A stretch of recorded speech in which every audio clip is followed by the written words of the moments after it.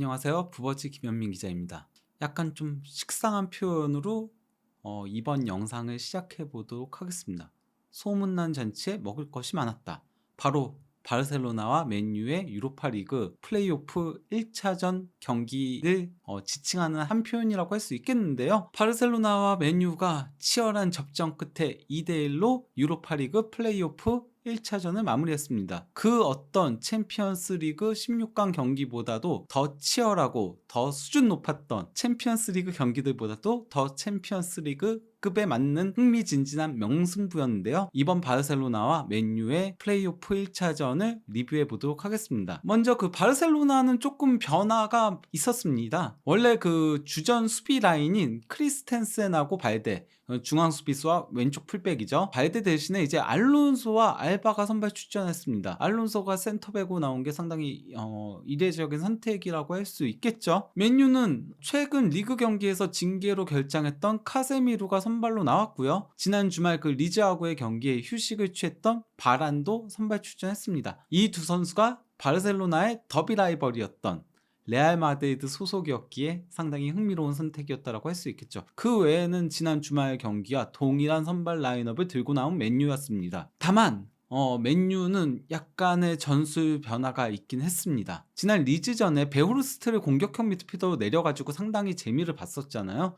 이번에도 그런 비슷한 전형을 가져갔습니다. 다만 그 지난 경기 때는 프레드나 자비처 둘 다 이제 혼자서 수비형 미드필더 역할을 수행할 수 없다 보니까 프레드와 자비처가 더블 볼란테를 맡고 베오르스트가 공격형 미드필더, 레시포드가 원톱, 그리고 좌우 윙에 교체 투입됐던 가르나초와 브루노 페르난데스가 섰던 대신 이번에는 이제 그 레시포드 원톱에 프레드와 베호르스트가 카세미로와 함께 역삼각형 형태로 중원을 구축을 했고요. 그리고 이제 좌우 윙에 산초와 브루노 페르난데스가 서게 된 거였죠. 경기 시작과 동시에 양 팀의 치열한 공방전이 이루어졌는데요. 경기 시작 7분 만에 레시포드가 돌파에 이은 컷백 패스를 내준 거를 부페가 슈팅으로 가져간 걸 이제 알바가 6탄방어로 막아냈고요. 다시 말라시아의 리바운드 슈팅을 알론소가 6탄방어로 막아냈습니다. 이번엔 바르셀로나의 역공이 있었는데요. 9분경 아라우오가 반대편으로 전환하는 롱패스를 내준 걸 알바가 대각선 술패스로 연결했고, 이를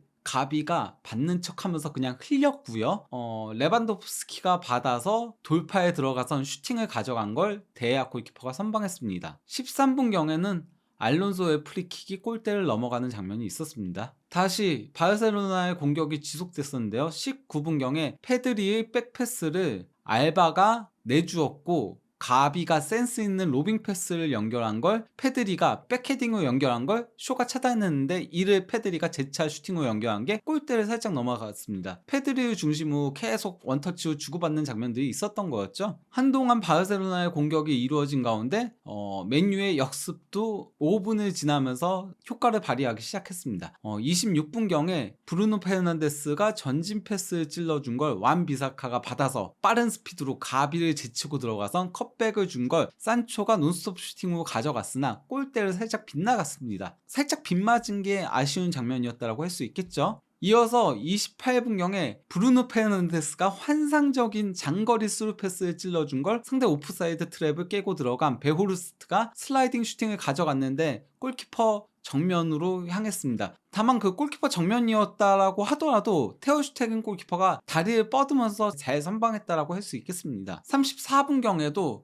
쿤데의 패스를 산초가 가로채고선 원터치 패스로 레시포드한테 내줬고, 레시포드가 다시 리턴 패스를 내준 거를 산초가 받아서 측면을 돌파하다가 레시포드한테 다시 횡패스를 연결해줬고요. 이를 받은 레시포드가 그대로 드리블을 치고 들어가선 파포스트로 날카로운 슈팅을 가져갔는데 테어 슈테겐 골키퍼가 손코스로 선방했습니다. 37분경엔 맨유의 수비 실수에서 실점 장면이 나올 뻔했어요. 말라시아가 반대편으로 완비사카 쪽으로 넘긴다는 게 살짝 길어지면서 넘어갔고, 이를 이제 가로챈 알바가 드리블로 치고 가다가 슈팅을 가져간 걸 데아 골키퍼가 선방했습니다. 41분경에 바르셀로나에 악재가 발생했습니다. 이 경기에서 상당히 좋은 모습을 보여줬던 페드리가 부상을 당하면서 세르지가 교체 투입되는 장면이 있었습니다. 전반전은 우열을 가리기 힘들었던 팽팽했던 경기였습니다. 물론 점유율은 바르셀로나가 58대 42로 앞서긴 했으나 슈팅 숫자는 7대 7, 유효 슈팅은 도리어 맨유가 3대 2로 하나 더 많았죠.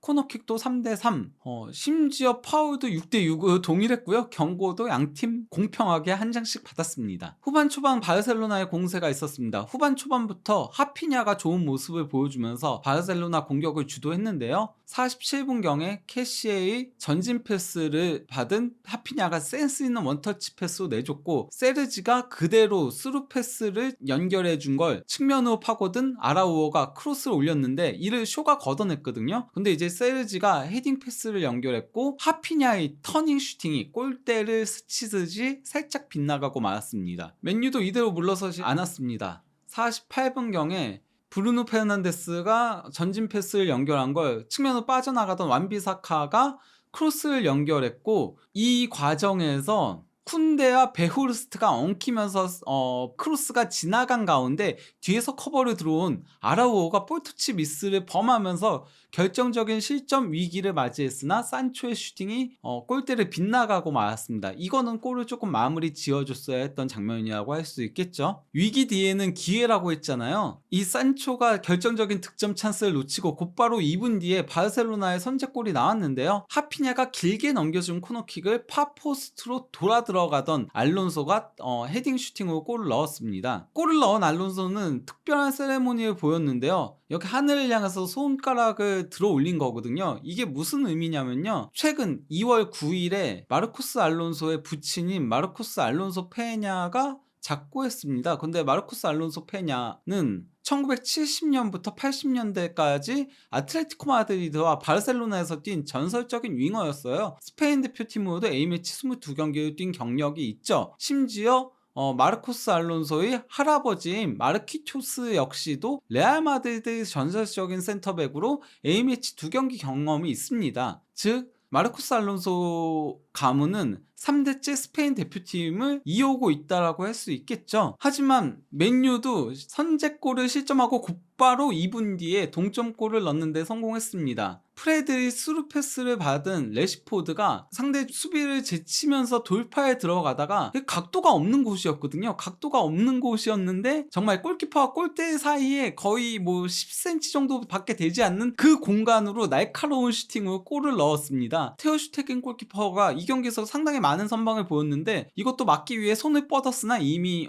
볼은 지나가고 난 뒤였죠. 레시포드의 최근 물오른 득점 감각을 확인할 수 있었던 장면이었습니다. 실점을 허용한 바르셀로나는 55분경 알바의 롱패스를 레반도프스키와 공중볼 과정에서 말라시아가 헤딩으로 걷어낸다는 게 하피냐한테 패스가 연결됐고, 이를 하피냐가 골키퍼가 나온 걸 보고서는 강력한 중거리 슈팅을 가져갔는데 데야가 쳐낸 것도 아니고 잡아냈습니다. 위기를 벗어난 맨유가 곧바로 역전골을 넣었는데요. 59분경에 이번에도 레시포드의 활약이 주요했었는데요. 코너킥 찬스에서 쇼가 짧게 내준 거를 레시포드가 받아서는 접는 동작으로 상대 수비를 제치고 골라인을 타고 들어가다가 컵백을 내주었고, 이를 부페가 센스 있는 힙패스로 연결한 게 공교롭게도 파포스트에서 대기하고 있었던 바르셀로나 수비수 쿤데에 맞고 자책골로 연결됐습니다. 바르셀로나 입장에선 다소 불운했던 실점이라고 할 수 있겠죠. 61분경에 맨유가 환상적인 빌드업 공격으로 추가골을 넣을 수 있었습니다. 카세미루가 상대 패스를 가로채고선 산초에게 원터치 패스를 내줬고,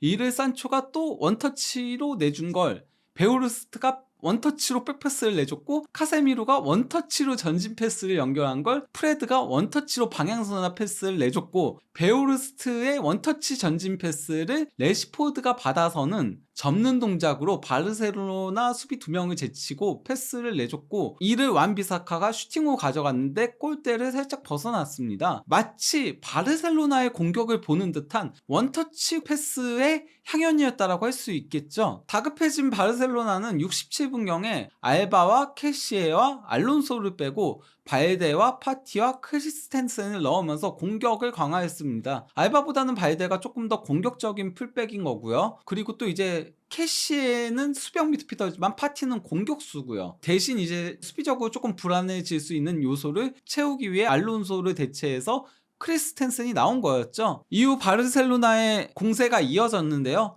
68분경에 레반도프스키의 프리킥이 골대를 아주 살짝 빗나갔습니다. 곧바로 1분 뒤에 맨유의 공격이 있었는데요. 프레드가 상대 패스를 가로채고선 돌파에 들어가다가 슈팅을 가져간 게 골대를 빗나갔습니다. 이후 다소 양팀의 공격이 소강 상태에 접어드는 듯 싶었는데 76분경에 바르셀로나의 동점골이 나왔습니다. 하피냐가 골대 바깥에서 안으로 감아 들어오는 환상적인 프리킥을 연결한 게요. 이게 그 레반도프스키의 발에 맞는 듯 싶었으나 맞지 않았고요. 그 뒤에서 대기하고 있었던 바란의 다리 사이를 빠져나가면서 그대로 골문 안으로 빨려 들어간 겁니다. 하피냐의 환상적인 프리킥 골이었다라고 할 수 있겠죠. 이후 맨유의 공세가 이루어졌습니다. 79분경에 상대 패스를 프레드가 압박으로 가로챈 거를 산초가 패스를 찔러줬고 이를 받은 레시포드가 드리블로 치고 가다가 슈팅을 가져간 게 골대를 빗나갔습니다. 80분경엔 상당히 흥미로운 장면이 있었는데요. 테오 슈테겐이 롱킥을 연결한 게 쇼가 하피냐와의 공중볼 경합에서 걷어낸다는 게 이게 약간 뒷머리를 맞으면서 뒤로 흘렀고 이를 하피냐가 빠르게 치고 가서 헤딩 슈팅으로 연결했는데 데야가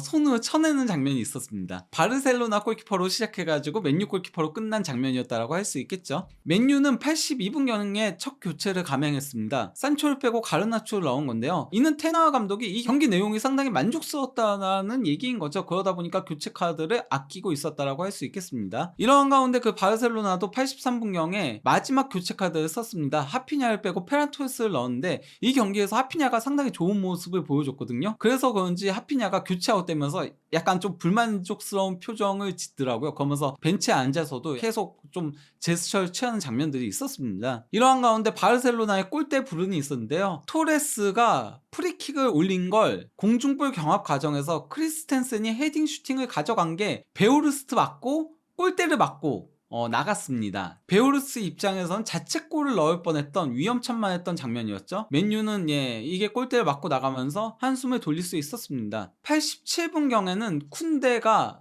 측면을 돌파해가지고 크로스를 올린 걸 레반도프스키가 슈팅 가져간 게 맨유 수비 맞고 흐른 걸 파티가 슈팅을 가져간 게 수비를 스치고선 골대를 살짝 빗나갔습니다. 93분경엔 가비가 측면에서 컵백 패스를 내준 거를 파티가 받아선 드리블로 중앙으로 치고 가다가 중거리 슈팅을 가져간 게 이 역시 수비를 살짝 맞고서는 골대에 살짝 빗나가는 장면이 있었습니다. 이어서 추가 시간 5분경에는 토레스의 크로스를 아라오가 헤딩 슈팅으로 가져갔는데 말라시아가 몸으로 막아내는 장면이 있었죠. 이대로 경기는 2대2 무승부로 막을 내렸습니다. 경기 기록을 보면요, 양팀의 특징을 확실하게 확인할 수 있는데요. 점유율에선 바르셀로나가 61대 39로 크게 앞섰습니다. 슈팅 숫자는 18대 18로 동률이었고요. 유효 슈팅은 8대5로 바르셀로나가 앞섰는데요. 다만 기대 득점은 맨유가 2.1골로 1.3골을 바르셀로나보다 0.8골 더 많았습니다. 즉 바르셀로나가 계속 점유하면서 원터치 패스를 주고받으면서 플레이들을 했다면은 맨유가 효과적인 역습으로 바르셀로나의 배후를 잘 공략했다라고 할 수 있겠죠. 특히 그 브루노 페르난데스의 스루 패스와 레시포드의 돌파, 그 완비사카가 이 경기에서 상당히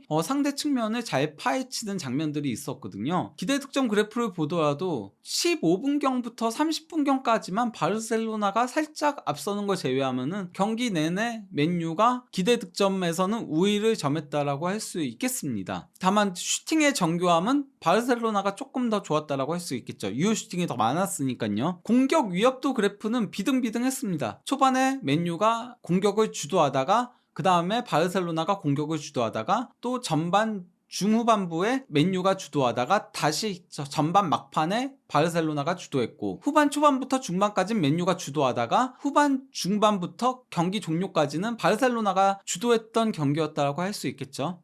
기대 위협 그래프 역시도 바르셀로나 1.87 대 맨유 1.81로 완전히 비등비등했다라고 할 수 있겠습니다. 이 경기가 수준 높은 경기였다는 걸 확인할 수 있는 게요, 하이 턴오버스 숫자가 많았다는 데 있거든요. 하이 턴오버스는 이제 그 상대 위험 지역에서 실수를 유발하는 걸 얘기하는 건데요, 바르셀로나가 13회의 실수를 유발했고 맨유도 11회의 실수를 유발했습니다. 다만 조금 더 효율적이었던 건 맨유였죠. 왜냐면은 상대 실수를 유발한 다음에 3회의 슈팅을 가져간 데 반해 바르셀로나는 상대 실수 유발한 다음에 슈팅을 가져간 건 한 번밖에 없었다. 이는 바르셀로나의 스타일이 조금 더 조심스럽게 풀어나가는 플레이를 하기 때문에, 반면에 맨유가 조금 더 다이렉트한 플레이를 하기 때문에 발생한 현상이라고 할 수 있겠죠.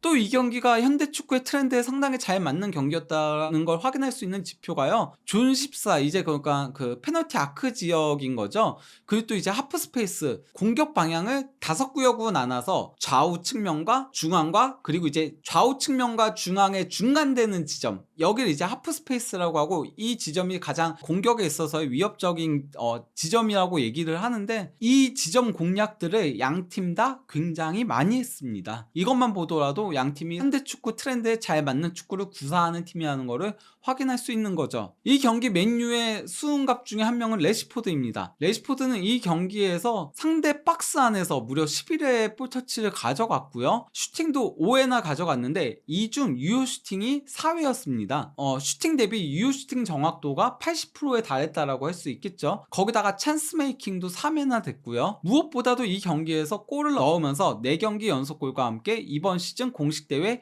22호 골을 기록했습니다. 이는 2019-20 시즌에 레시포드가 22골을 넣었던 것과 함께 레시포드 개인에게 있어서 단일 시즌 최다골 타이에 해당합니다. 아직 시즌 종료까지 많이 남았음에도 말이죠. 이미 커리어 하이라고 할 수 있겠죠. 부패의 활약상도 빼놓을 수 없는데요, 브루노 페르난데스는 이 경기에서 83%의 패스 성공률, 굉장히 공격적인 패스들을 많이 했음에도 패스 성공률이 상당히 좋았다라고 할 수 있겠죠. 그라운드볼 경합 승리도 5회를 했고요, 클리어링 4회, 이건 수비적으로도 상당히 많이 가담을 했다는 거고요. 찬스 메이킹 2회와 빅 찬스 메이킹 1회를 기록했는데요, 이 경기에서 상당히 위협적인 패스들, 그러니까 단순히 찬스 메이킹으로 기록되지 않았던 공격의 기점이 되는 스루 패스들을 연신 구사했던 브루노 페르난데스였습니다. 반면 바르셀로나에서는 하피냐가 좋은 모습을 보여줬는데요, 볼 경합 승리가 8회였고요, 슈팅을 6회로 레시포드보다 더 많이 가져갔고요, 크로스도 5회나 기록을 했고요, 소유권 획득도 5회였고요, 상대 박스 안에서의 볼터치도 5회, 태클 4회를 기록하면서 수비적으로도 좋은 모습 보여줬고, 슈팅 6회 중에 유효 슈팅이 3회였고 드리블 돌파도 3회를 기록했습니다. 무엇보다도 1골 1도움을 올리면서 팀의 2골을 모두 책임졌죠. 그리고 골든보이 가비의 활약상도 빼놓을 수 없는데요, 가비는 이 경기에서 공격 진영으로의 패스 최다, 볼 경합 승리 최다, 파울 획득 최다, 상대 박스 안에서의 볼 터치 최다, 태클 최다, 공중볼 획득 최다, 그리고 파울을 범한 횟수도 최다였습니다. 이제 양 팀은 일주일 뒤에 올드 트래포드 홈에서 2차전을 가질 예정입니다. 2대2 스코어라는 거는 맨유가 조금 더 유리한 고지를 선점했다라고 할 수 있겠죠. 하지만은 양 팀의 경기 내용들을 놓고 보면은 2차전도 치열한 명승부가 예상되는데요, 일단 맨유는 바르셀로나와의 2차전을 앞둔 시점에서 주말 레스터 시티와 프리미어리그 홈경기를 칠 예정입니다. 반면 바르셀로나 역시 카디스와 프리메라 리가 홈경기를 칠 예정이고요, 양 팀 모두 주말 경기의 일정은 다소 쉬운 편에 속한다라고 할 수 있겠습니다. 즉 양 팀 모두 소폭의 로테이션을 돌리지 않을까 싶은 생각이 드네요. 벌써부터 맨유와 바르셀로나의 유로파리그 플레이오프 2차전이 기다려질 뿐입니다. 이 경기는 정말 유로파리그 결승전 아니면 챔피언스리그에서 치러지지 않는 게 두고두고 아쉬울 정도로 정말 명승부였고요. 2차전도 또 다른 명승부를 기대해 보도록 하겠습니다.